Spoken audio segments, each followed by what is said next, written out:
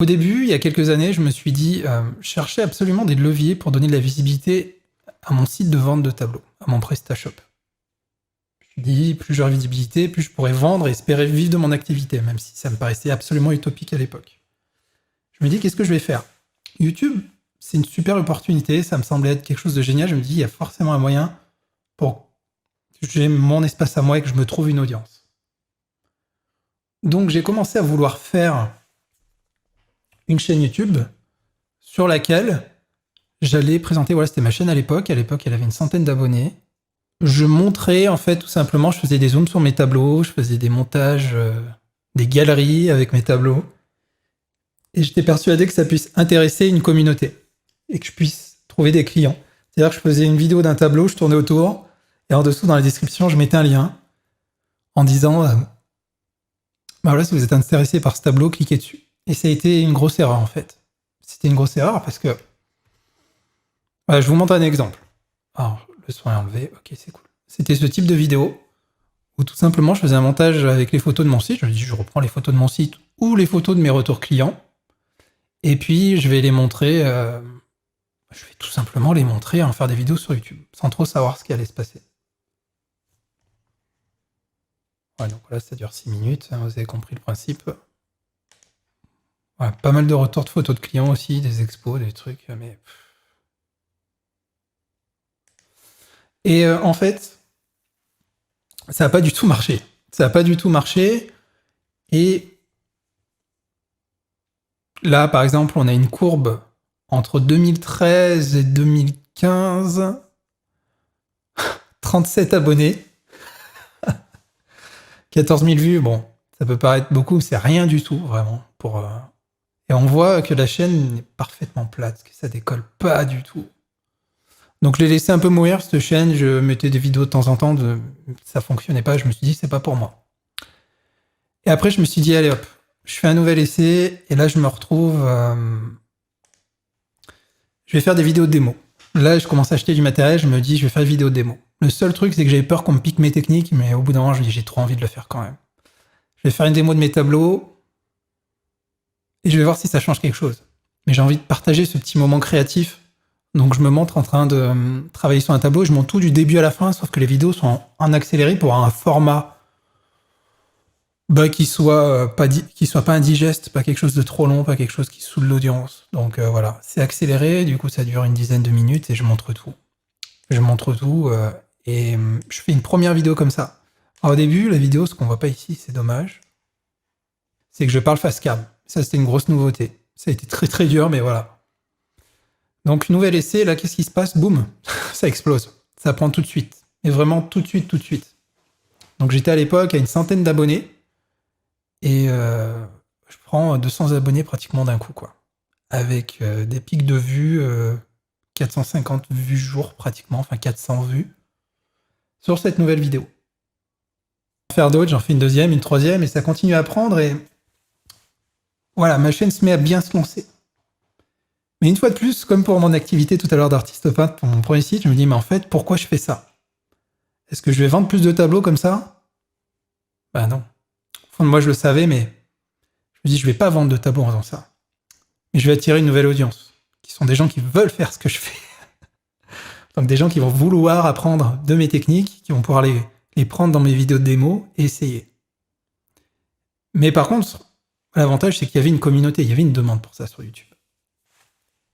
Et c'est le plus gros problème quand on lance une chaîne YouTube. Souvent, on est égocentré, on veut tout de suite tirer bénéfice de notre chaîne, mais on n'apporte pas de valeur à notre contenu. Si vous n'apportez pas de valeur, il n'y aura pas d'audience, et vous ne serez jamais mis en avant par YouTube, et vos vidéos ne performeront jamais.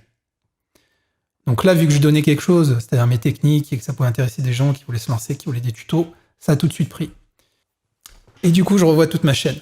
Je revois toute ma chaîne, et je dis, ok, d'accord, c'est ce que je vais chercher à faire. Je vais donner du contenu, certes, ok. Je vais chercher constamment des nouveaux formats, je vais faire 1 à 2 vidéos par semaine. Et dedans, ça sera des techniques, ça sera comment mélanger la peinture, comment faire ci, comment faire ça. Et petit à petit, forcément, ça s'est mis à bien fonctionner. Par contre, c'est là que je me suis senti prêt à donner une partie de ce que je faisais, de mes techniques, de mes astuces. Et j'ai partagé ma vie d'artiste peintre comme ça.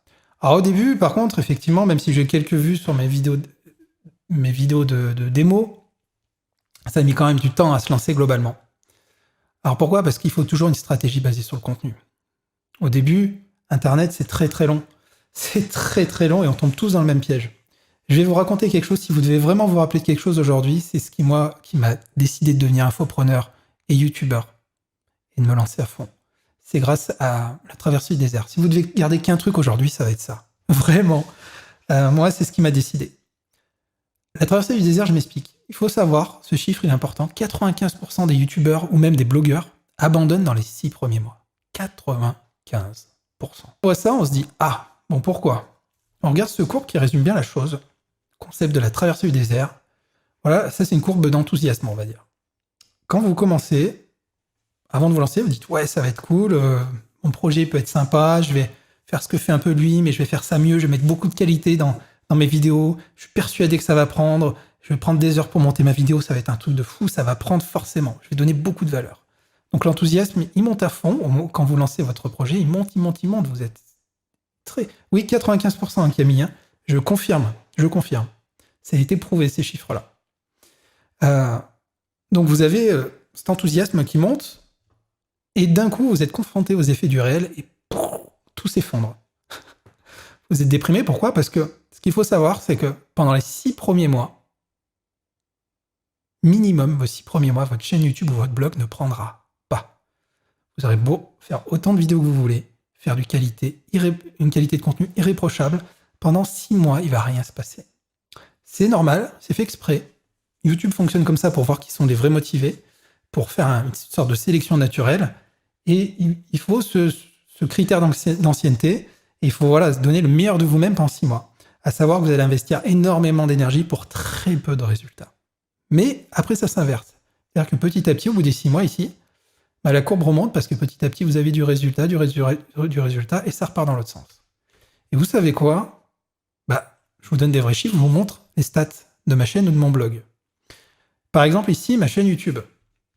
Depuis que je l'ai reprise en main en 2017, hein. C'est-à-dire que c'est quand je l'ai repris en main et que je commençais à faire des vidéos de démo que ça a commencé à fonctionner. Au début, ça part un peu, je suis content, et pendant les 6 premiers mois où je commence à faire plein de vidéos tutos, des articles, rien.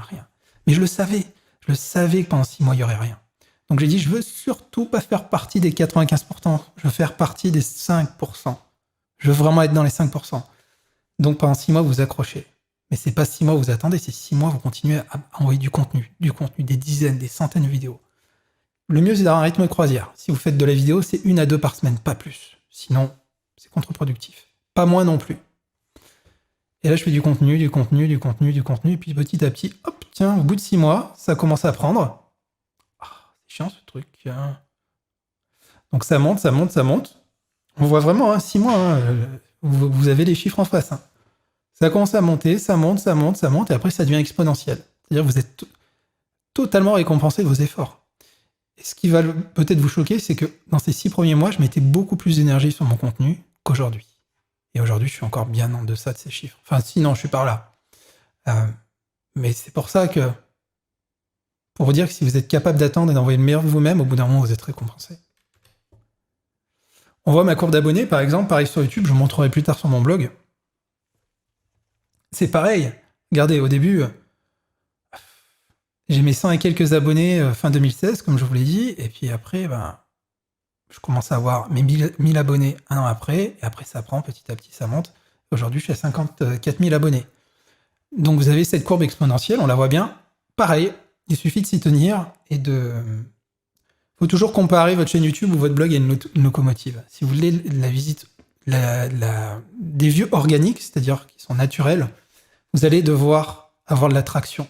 Votre locomotive, au début, vous pouvez faire carburer à fond, elle va patiner. Ça sert à rien. Donc il faut attendre qu'elle prenne de la traction, ça se lance petit à petit, puis au bout d'un moment, vous avez besoin de moins d'énergie, pas beaucoup d'énergie, mais votre locomotive, elle est à fond, quoi.